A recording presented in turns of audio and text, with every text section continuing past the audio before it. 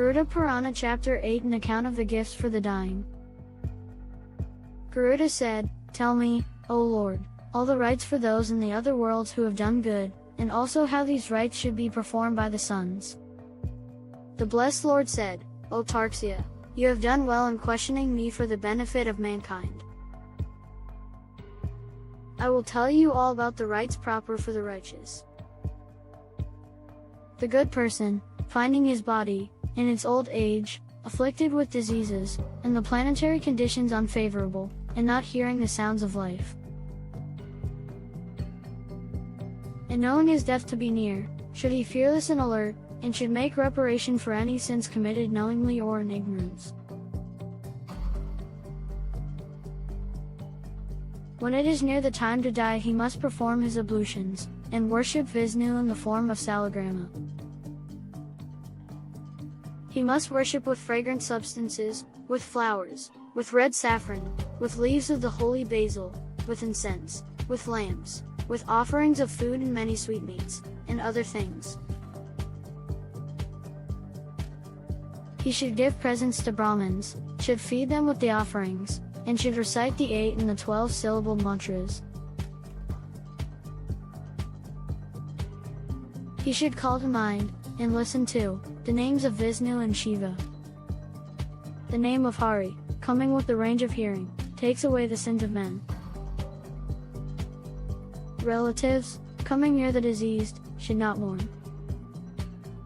My holy name should be remembered and meditated upon repeatedly. The fish, the tortoise, the boar, the man-lion, the dwarf, Parasurama, Rama, Krishna, Buddha, and also Kalki. These 10 names should always be meditated upon by the wise. Those who recite them near the disease are called relatives.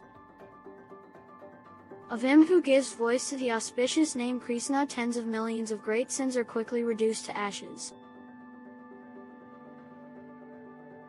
Even the dying Ajamila reached heaven by pronouncing the name Hari, which had been given to his son. How much more then is its effect when it is pronounced with faith?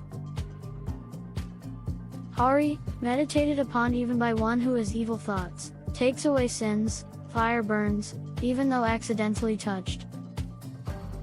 The sinful man is not able to sin while the power of the name Hari is uprooting the sins, O twice born. Yama said to his servants, "Bring the man who denies, but O messengers, do not bring the man who meditates on the name Hari." One should worship the Achyuta, Kesava, Narayana, Krishna, Damodara, Vasudeva, Hari, Sridhara, Madhavam, Gopikavalabham, Ramachandra, the Lord of Janaki. O servants, do not go near those sinless people who take refuge in the lotus-eyed Vasudeva and Vishnu, who is the supporter of the earth, and carries in his hand the conch and discus. Bring those sinners who always turn away from time nectar of the lotus feet of Vishnu, which are served by the race of Paramansis, who know the true essence of things, and are without possessions, and those whose desires are bound up in the household, which is the path to hell.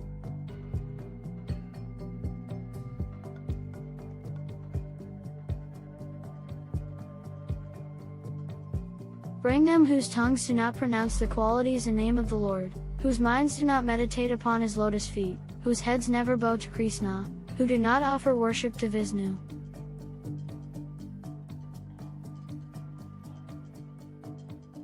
Know, then, O Lord of birds, the hymning of Vishnu, which bestows welfare on the universe, to be the best expiation for even great sins.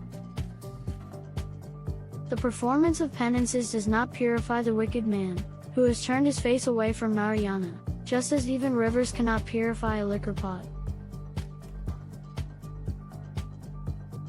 By the name of Krishna one is ridden of sins, and never sees, even in dream, Yama nor his servants.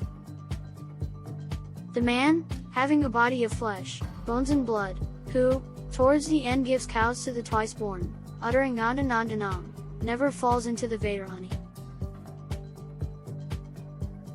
Hence one should remember the name of Mahavishnu, which effaces multitudes of sins, and should read or listen to the Gita and the hymn of the 1,000 names. The fast of the 11th day, the Gita, the water of the Ganges, the leaves of the holy basil, the foot water and names of Vishnu, all these are givers of freedom at the time of death.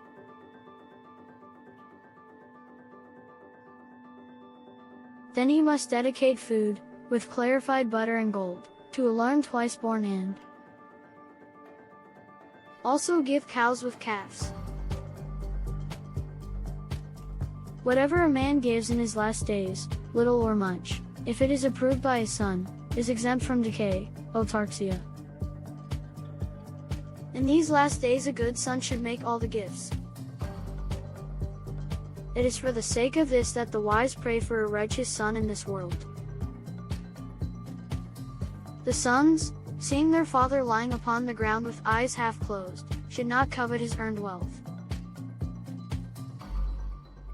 A good son will make such gifts as will prolong his father's life, and free him from misery when he goes into the next world. In disease and calamity 2 gifts rank above all others. They are indispensable: the eightfold gift of sesame and other things.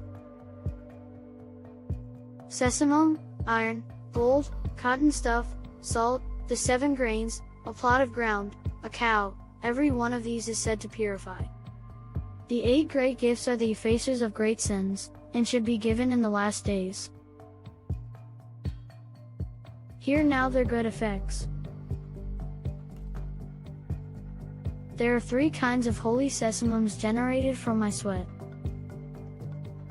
Asuras, Danavas and deities are gratified by the gift of these sesames. White, black and brown are the 3 kinds of sesames. The gift of these removes the sins gathered in speech, thought and action. A gift of iron ore should be made with the hands touching the ground, then he does not go within the domain of Yama, nor tread his path. Yama holds in his hands, for the punishing of the sinful, an axe, a threshing pestle, a rod, a sword and a dagger. This gift is considered propitiatory to these weapons of Yama. Therefore should be made the gift of iron, which is the bringer of happiness in the world of Yama. Because of this gift of iron, happiness is bestowed by these great messengers of Yama, Purana, Simasutra, Sundamarka, Udambara, Sesa, and Bala. Hear this great secret, O Turkshaya, about this most supreme gift, by which are pleased the dwellers in Bhuvar and Swar worlds. Brahma and others, sages, shining ones, and those who are in the assembly of the King of Justice are gratified by the gift of gold, and become grantors of boons. Therefore a gift of gold should be made for the uplifting of the departed. He does not go to the world of Yama, O child, but reaches heaven. He dwells for a long time in the world of truth and is then reborn here as a king, handsome, righteous, eloquent, prosperous, and of unexcelled strength. By the gift of cotton stuff one is freed from fear of the messengers. By the gift of salt one is freed from the fear of Yama. By gifts of N, salt, cotton stuff, sesame and gold, Chitragupta and the others who dwell in the city of Yama are propitiated. And by gifts of the 7 grains the standard bearer of the King of Justice and others who stand at the gates are propitiated. Rices, barley, wheat, kidney beans, masa, 1 panic seeds, dwarf peas, these are called the 7 grains. It has been observed by the sages that the gift of a plot of land of the size of a cow's hide, in accordance with the rites, to a proper person, absolves one from Brahmacide. Not by vows, not by holy pilgrimages, not by any gifts but by the gift of land is a great sin committed and kingship expiated. He who gives to the twice-born land filled with grains goes to the abode of Indra and is worshipped by divinities and demons. All other gifts, O Kasyapa, are producers of little fruit. The fruit produced by the gift of land increases daily. He who, having become a king, does not give land to the twice-born, is reborn for many times as a beggar, without even a village hut. The king who, through pride, does not make gifts of land, shall dwell in hell as long as sesame supports the earth. Therefore shall a king especially make gifts of land, though for others, I say, the gift of a cow is equal to a gift of land. Towards the end, a cow should be given. He should give a cow to overcome death, another to absolve himself of debts, another for the gaining of liberation. With special rites, O bird, should the gift of a cow for VIII.An be made. The cows verily carry the man beyond 3 kinds of hells: the sins committed in boyhood, in youth, in manhood, in old age and in previous births; the sins committed in the night, in the morning, in the forenoon and the afternoon, in the twilight, of action, speech and thought. Having given even once a tawny cow, milk giving, with the calf and other necessary things, to a well-conducted and austere Brahmin, learned in the Vedas, one is absolved of all these sins.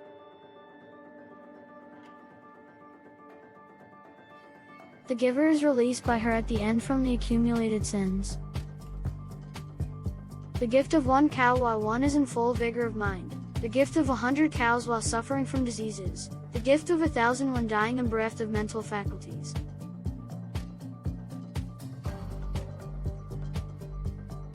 And the gift of 100,000 cows after death, are equal. A gift made to a deserving person, who is bathed at the sacred waters, increases 100,000-fold. A gift made to a deserving person multiplies 100,000-fold. It brings unending fruit to the giver and does not harm the recipient. One who has studied the scriptures and made fire offerings to the shining ones and who does not eat food cooked by others is not polluted by receiving even the earth filled with precious stones.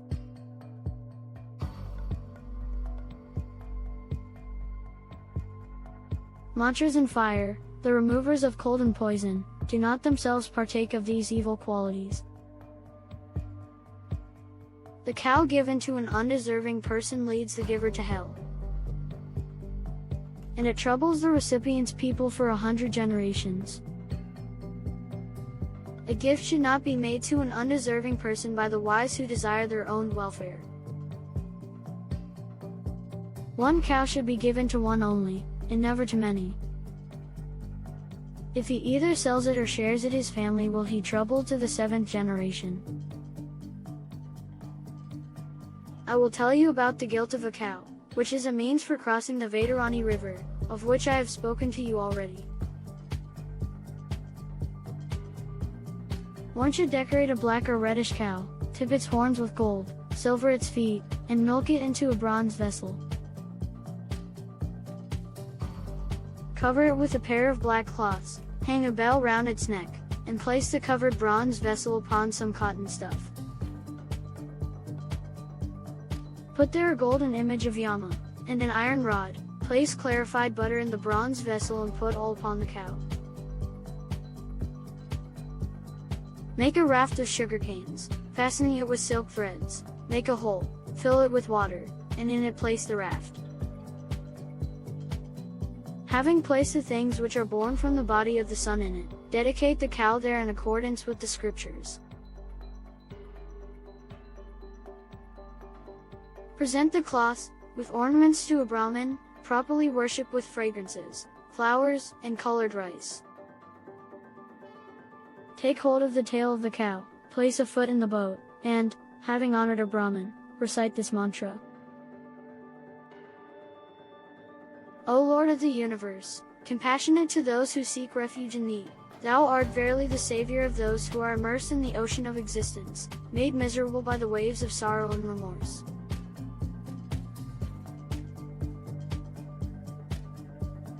O best of the twice-born, the very form of Vishnu, God upon earth, uplift me. I have presented this gift to you.